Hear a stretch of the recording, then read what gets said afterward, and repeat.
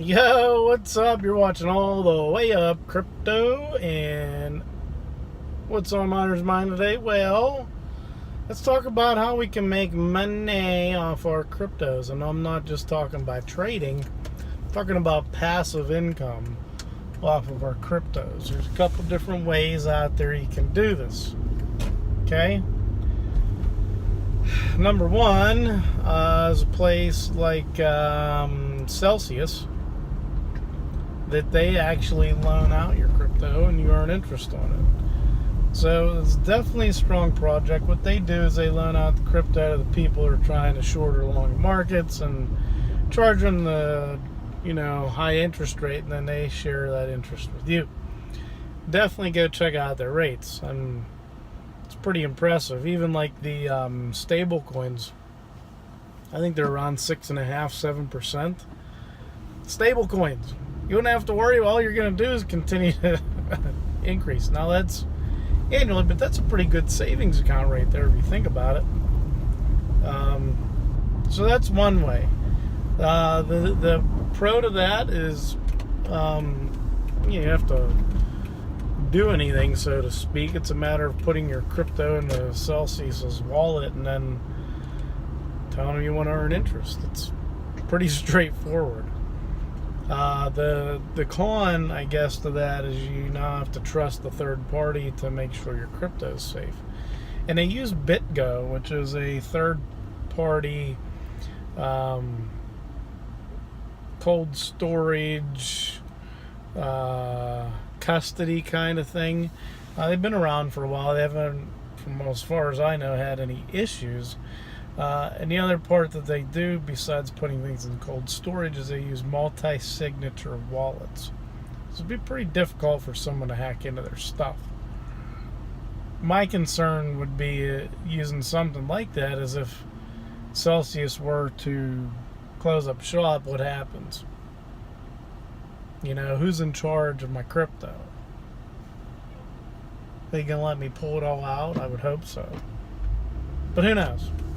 I do like Celsius. I do use them. I think they're great. I think Alex Mashinsky is gung-ho and ain't going to stop until they get the next 100 million people into crypto. So that's one way.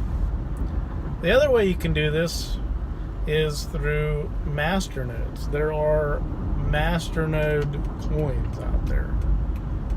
So usually those masternode coin blockchains, they require you to have a certain amount of coins, and then you run a server usually, or run it from your own home computer, just depends. Most of the time you're just going to rent a server because they have higher bandwidth, they're always on, they're redundant, they're backed up, da-da-da-da-da. And your coins usually don't go to that actual server. You're just going to lock them up in your local wallet. And then the masternode wallet is able to link up to the blockchain and know that you have these coins in your wallet and that they haven't left. Okay, so it's a pretty safe way to do that. And many of these masternodes, you're getting an upwards of 10, 12, 13, 14, 15%. Now that's on your coins. Okay, so there's some very affordable masternodes out there right now, I think, that should be around for a while. I mean, if I would have known where Dash was going, I would have absolutely grabbed enough Dash to run a masternode with them. But Smart Cash, that's an affordable one, and I think they're going to be around a while.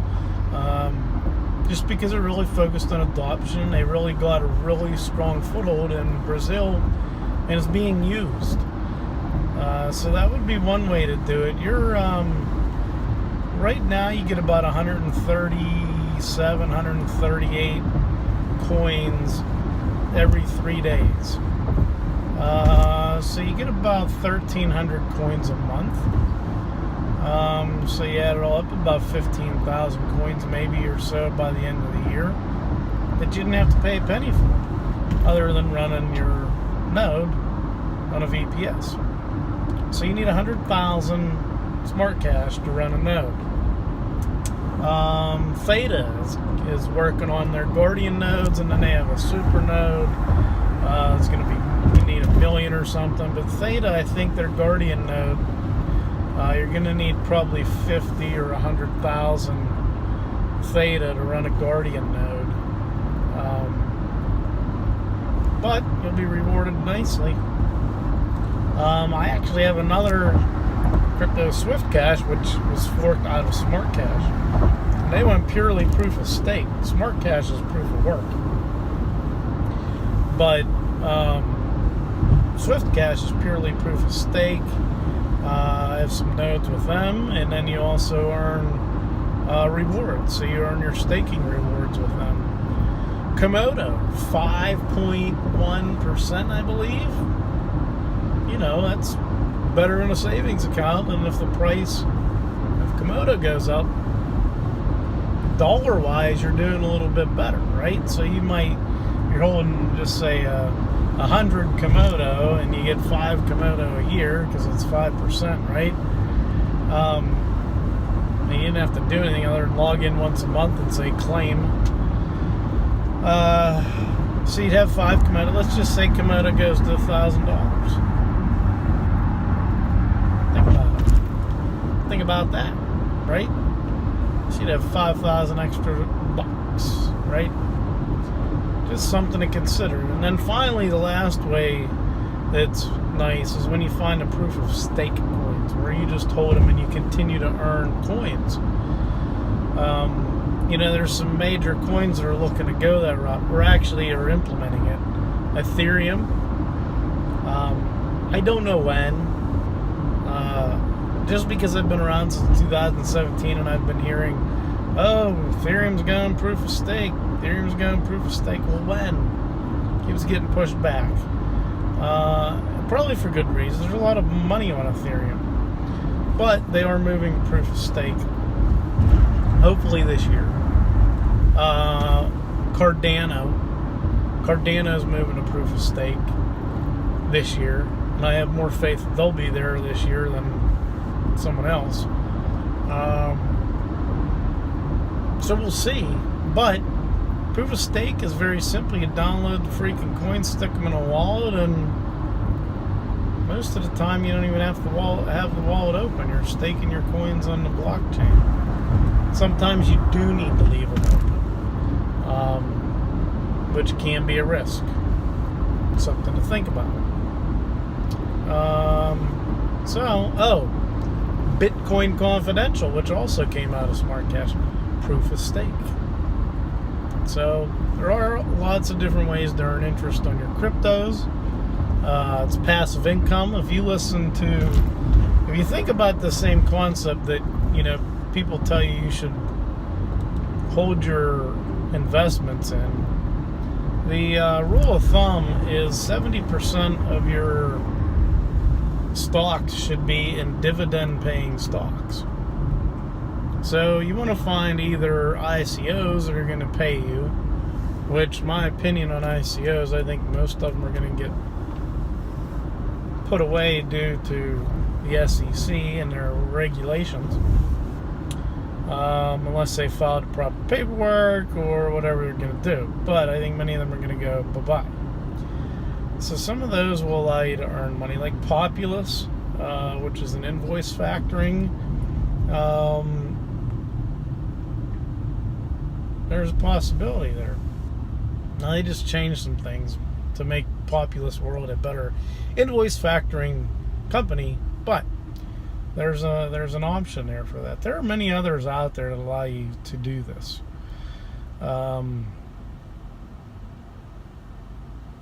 So, where is your money? I mean, there's some different thoughts here. I think everybody should own Bitcoin. I think everybody should own a little bit of Litecoin. Everybody should have some Ethereum. And, you know, from there, the rest of your money should probably be tossed into most of these income-producing cryptocurrencies. I mean, the Smart Cash right now is hovering right around a penny. So you're saying, oh, wow, you know, I get $13 a month if I had a smart node. It cost me $5 a month for the All right, sorry for that little interruption. Somebody was calling me on my phone. Leave me alone. I've got important stuff to do here. So anyway, think about that though. Start looking for the income-producing opportunities with crypto. LISC is another proof of stake. It's delegated proof of stake, so you have to vote. It's kind of like EOS. You got to vote for somebody, and then they pay you. Paying for votes. Anyway, so consider that when you're doing your buying of your cryptos or trading around or whatever.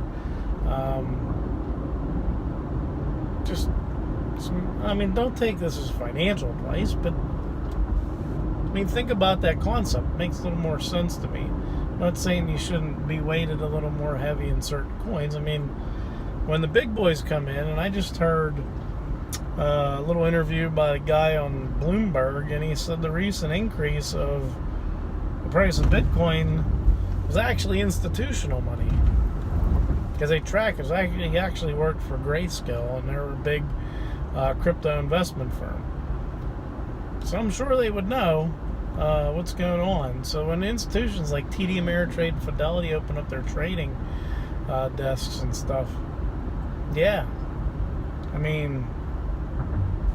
that's a pretty big deal, and probably have trillions of dollars coming into crypto, and for different reasons, but I think they're going to go to gold because it's, gold. They're going to go to Bitcoin because it's like gold. It's like digital gold with more use cases or something. So, whatever. Anyway, I hope you all are doing well, and it is Thursday. So if you haven't subscribed, please do so. If you haven't hit that like button for this video, do that also, please, so the video gets out there. And if you feel like sharing the video, cool. All right, we'll see you guys tomorrow. Peace.